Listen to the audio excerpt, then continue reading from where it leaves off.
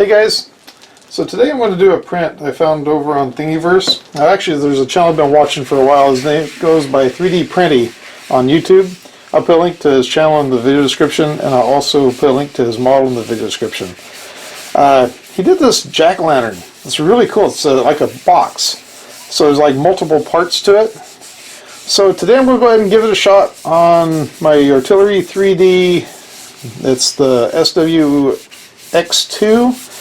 This is the one I just unboxed recently, and I've been playing with it, trying to learn how the bed probe thing works. And I've never really messed with a bed probe before, so Calvin's been teaching me on that.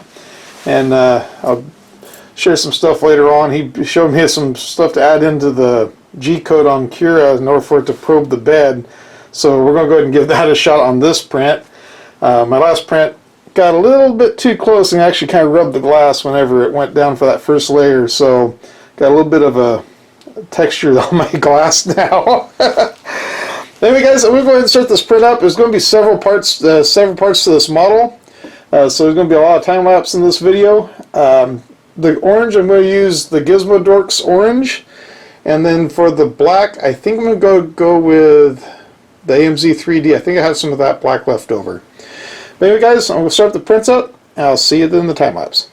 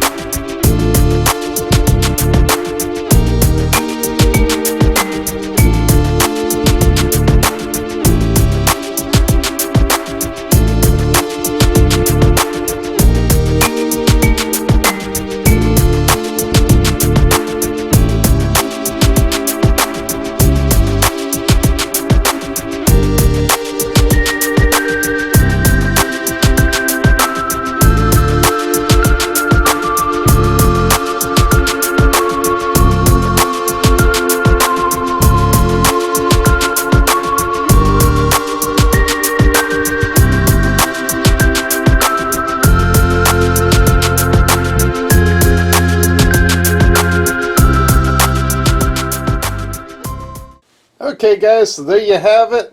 I got all the parts printed. Printed these two in the Geeetech black PLA, and these are all printed in the orange Gizmodorks PLA. So let's see how this goes together. Okay, so first thing we're going to do is we're going to take this. We'll go in like so. I got Calvin right off camera so he can tell me if I'm doing anything wrong. I rough assembled it off camera just to double check. Oh, cool. That one's a little bit tight. Might need to do a little sanding on that one, or just switch out to a different spot. Put a little grease on it. Oh, there we go. That made it better. Perfect. So we got that. Have our little gear that fits in here. Make sure everything is in place that way. I believe the spring will go in next.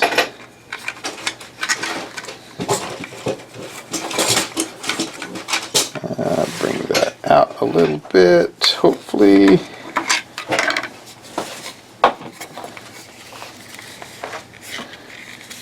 There we go.